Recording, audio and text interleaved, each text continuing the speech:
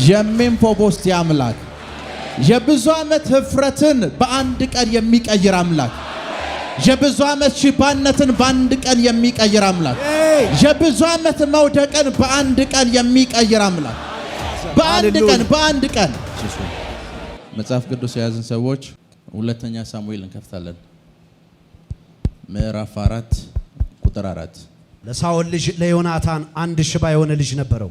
ለሳኦል ልጅ ለዮናታን አንድ ሽባ ልጅ ነበረው። የሳኦልና ዮናታን ወሬ ከእስራኤል በመጣ ጊዜ የሳኦልና ዮናታን ወሬ ከእስራኤል በመጣ ጊዜ የ5 ዓመት ልጅ ነበረ። የ5 ዓመት ልጅ ነበር። ሞግዚቱም አዝላው ሸሸች። ፈጥናም ስትሸሽ ወድቆ ሽባ ሆነ። እሺ ስሙም ሜምፊቦስቴ ነበር። ክብር ለኢየሱስ ይሁን። ሜምፊቦስቴ የስሙ ትርጉም ሀፍረት ወይም ነውር ማለት ነው። ሜምፊቦስቴ ማለት የስሙ ትርጉም ሀፍረት ወይም ነውር ማለት ነው። ዛሬ መንፈስ ቅዱስ ከሀፍረት ስፍራ ወደ ንግስና ስፍራ፣ ከሀፍረት ስፍራ ወደ ክብር ስፍራ፣ ከሀፍረት ስፍራ ወደ ባለጠግነት ስፍራ ብዙዎችን በኃይል ያስገባል። ብዙዎችን በኃይል ያስገባል። ክብር ለኢየሱስ ይሁን። እና ይሄ ሜምፊቦስቴ አያቱ ንጉስ ነው፣ ሳኦል ይባላል። የእሱ አባት ደግሞ የሳኦል ልጅ ነው፣ ዮናታን ይባላል። እና ሜምፊቦስቴ የሚባለው ሰው አንድ ቀን ያለበት ስፍራ ላይ ስለ አባቱና ስለ አያቱ ወሬ ሰማ። ምን የሚል ወሬ? መሞታቸውን ሰማ። ልክ መሞታቸውን ሲሰማ የሱ ነርስ ወይም ሞግዚት የነበረች ሴት እየሮጠች ይዛው ሄደች። ምክንያቱም ቀጣይ ሁለቱን አባትና ልጅን የገደሉ ሰዎች ቀጣይ ዘር ስለማያስቀሩ ቢያንስ ይሄኛው ልጅ ይቅርለት ብላ ይዛ መሮጥ ጀመረች። በጊዜው 5 ዓመቱ ነው። መሮጥ የጀመሩበት ሰዓት ከሞግዚቷ እጅ ወደቀና ሁለቱ እግሮቹ ሽባ ሆኑ። እና ሁለቱ እግሮቹ ሽባ ሲሆኑ መጽሐፍ ቅዱስ ምን ይላል? ሽባ የሆነውን በዚህ ጊዜ ሞግዚቷ አንስታው በጥርፊያ ስትሸሽ በመውደቁ ነው። ስሙም ሜምፊቦስቴ ይባል ነበር። አስቡት፣ የንጉስ ልጅ ናችሁ። አያታችሁ ንጉስ ነው። አባታችሁ ለንግስና ይጠበቃል። ሁለቱም ተገደሉባችሁ። ሁለቱም በአንድ ቀን በሆነ አጋጣሚ ሁለቱም ሞቱ። እና ቀጣይ የሚገደለው ሰው እሱ ነው። ከአንድ ቀን ከቤተ መንግስት ስፍራ ወጥቶ አንዲት ሴት ይዛው መሸሽ የጀመረች ሰዓት መጽሐፍ ቅዱስ እንደሚነግረን ልጅየው ወደቀ። ሁለቱ እግሮቹ ምን ሆኑ? ሽባ ሆኑ። ከዛስ መጽሐፍ ቅዱስ እንደዚህ ይላል፣ ስሙም ሜምፊቦስቴ ይባል ነበር። እና ይሄ ሽባ ሰውዬ ለብዙ ዓመታት ተረሳ። ለብዙ ዓመታት መንቀሳቀስ አይችልም፣ ሽባ ነው። መራመድ አይችልም፣ ሽባ ነው። ታዝሎ ነው የሚንቀሳቀሰው፣ በሰው ድጋፍ ነው የሚንቀሳቀሰው። እና ለብዙ ዓመታት ይሄ ሽባ ሰውዬ ተረሳ፣ ከሰው አእምሮ ውስጥ ተረሳ። አባቱ አያቱ ቸርነት ያደረጉላቸው ሰዎች እንኳን ሊረዱት አልፈለጉም። ሁሉም ሰው ሲያየው ይሄ እኮ የሳኦል ልጅ ነበር አይደለም የሚለው፣ ይሄ ሰውዬ ሜምፊቦስቴ ነው ይላል። ቤተ መንግስት የነበረ ሰው አሁን ሽባ ሆኖ በሰዎች እርዳታ ነው የሚንቀሳቀሰው፣ እየለመነ ነው የሚንቀሳቀሰው። ስሙ ራሱ ላይፉን ይነግራቸዋል። ሜምፊቦስቴ ማለት ሼም ወይም ነውር ወይም ሀፍረት ማለት ነው። አስቡት፣ ከዛ የከፍታ ስፍራ በአንዲት ቀን ስትፈጠፈጡ። እና ይህ ሰውዬ ከብዙ ዓመታት በኋላ ብዙ የህይወት ልምምዶችን በእንደዚህ አይነት ሁኔታ ውስጥ ካሳለፈ በኋላ ወደ ሁለተኛ ሳሙኤል ምዕራፍ 9 እንገባለን። ዳዊትም ስለ ዮናታን ቸርነት አደርግለት ዘንድ ከሳኦል ቤት አንድ ሰው ቀርቷል አለ። ጥያቄ ነው። ሳኦልም ቤት ሲባ የሚባል አንድ ባሪያ ነበረ። እነ ሳኦል ቤተሰብ ውስጥ ሲባ የሚባል አንድ ባሪያ ነበር፣ አገልጋይ ነበር። እሺ፣ ወደ ዳዊት አስጠሩት። ንጉስ አንተ ሲባ ነህን አለው። እሺ፣ እኔ ባሪያ ነኝ አለ። ንጉስ የእግዚአብሔር ቸርነት አደርግለት ዘንድ እሺ ከሳኦል ቤት አንድ ሰው አልቀረምን አለ። ከሳኦል ቤት ቸርነት አደርግለት ዘንድ አንድ ሰው አልቀረምን አለ።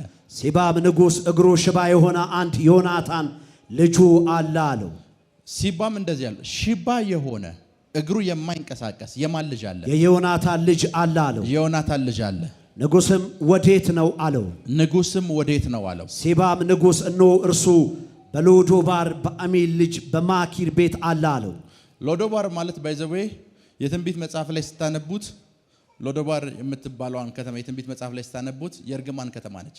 በጣም የተረገመች ምንም ነገር የማይበቅልባት ክፉ ምድር ነች ሎዶባር። እዛ ስፍራ ነው ያለው አለ። አይ ቲንክ ከቤተ መንግስት ወጣችሁ አስቡት እዛ ስፍራ ውስጥ። እሺ ንጉሥ ዳዊት ልኮ ከሎዶባር ንጉሥ ዳዊት ልኮ ከሎዶባር እሺ አሚካኤል ልጅ ከማኪር ቤት አስመጣው፣ ከቤቱ ድረስ አስመጣው። እሺ የሳኦል ልጅ ዮናታን ልጅ ሜምፊቦስቴ ወደ ዳዊት መጣ። ሜምፊቦስቴ ወደ ዳዊት መጣ። በግንባሩም ወድቆ እጅ ነሳ። በግንባሩም ወድቆ እጅ ነሳ። ዳዊትም ሜምፊቦስቴ ሆይ አለው። ዳዊትም ሜምፊቦስቴ ሆይ አለው። እነሆ ባሪያ አለ። እነሆ ባሪያ አለ። እሺ ዳዊትም ስለ አባትህ ስለ ዮናታን ቸርነት ፈጽሜ አድርጌልሃለሁ። እሺ አትፍራ፣ አትፍራ። የአባትህ የሳኦል ምድር ሁሉ መልስልሃለሁ። የአባትህን የሳኦልን ምድር በሙሉ ምን እልሃለሁ?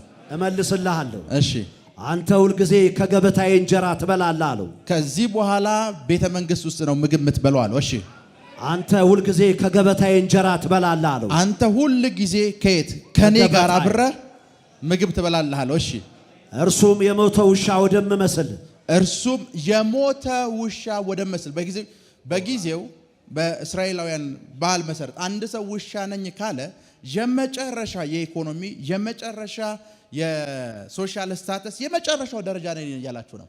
እኔ አለው ውሻ ነኝ፣ የተጣልኩ ነኝ፣ ማንም ሰው እያየኝ የሚያልፈኝ ሽባ ነኝ።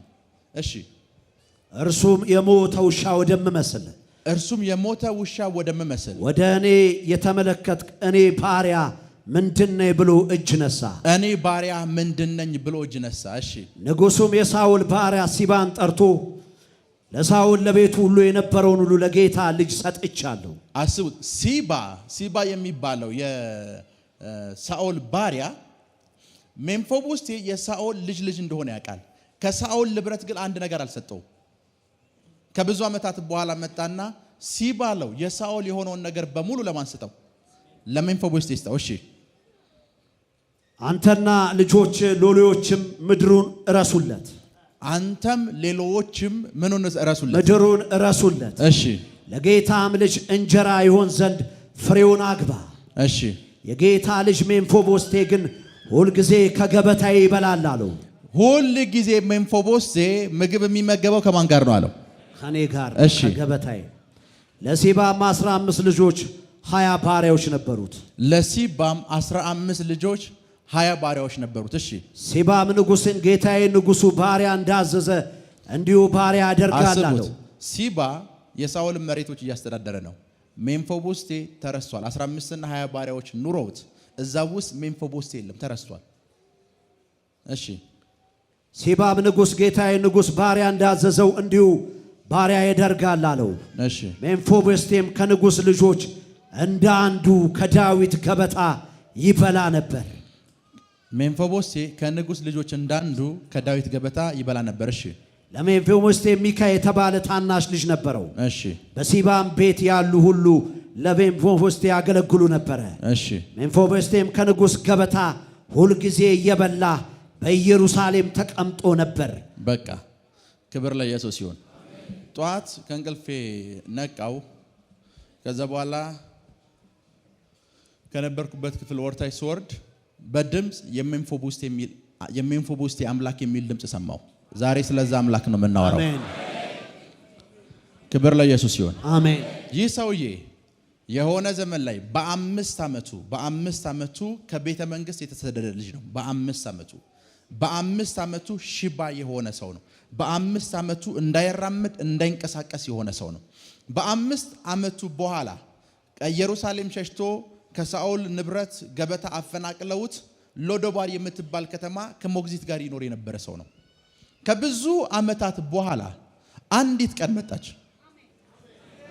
አንዲት ቀን እና በዛሽ ቀን ንጉሥ ዳዊት እንደዚህ አለ፣ ከሳኦል ቤተሰብ ወይም ከዮናታን ቤተሰብ የቀረ ሰው አለ ወይ አለ።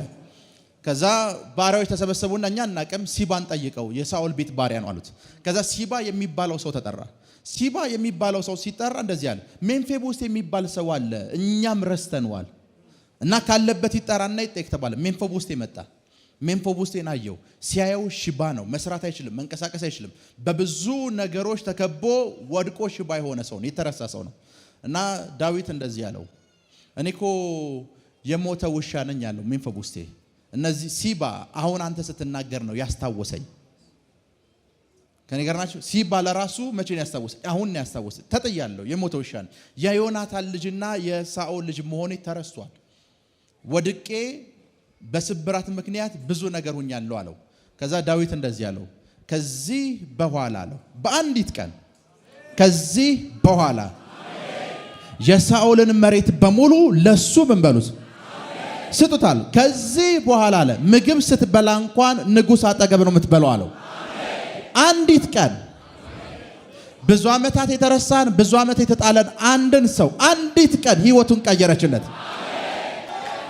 የሜምፊቦስቴ አምላክ የብዙ ዓመት ህፍረትን በአንድ ቀን የሚቀይር አምላክ፣ የብዙ ዓመት ሽባነትን በአንድ ቀን የሚቀይር አምላክ፣ የብዙ ዓመት መውደቅን በአንድ ቀን የሚቀይር አምላክ።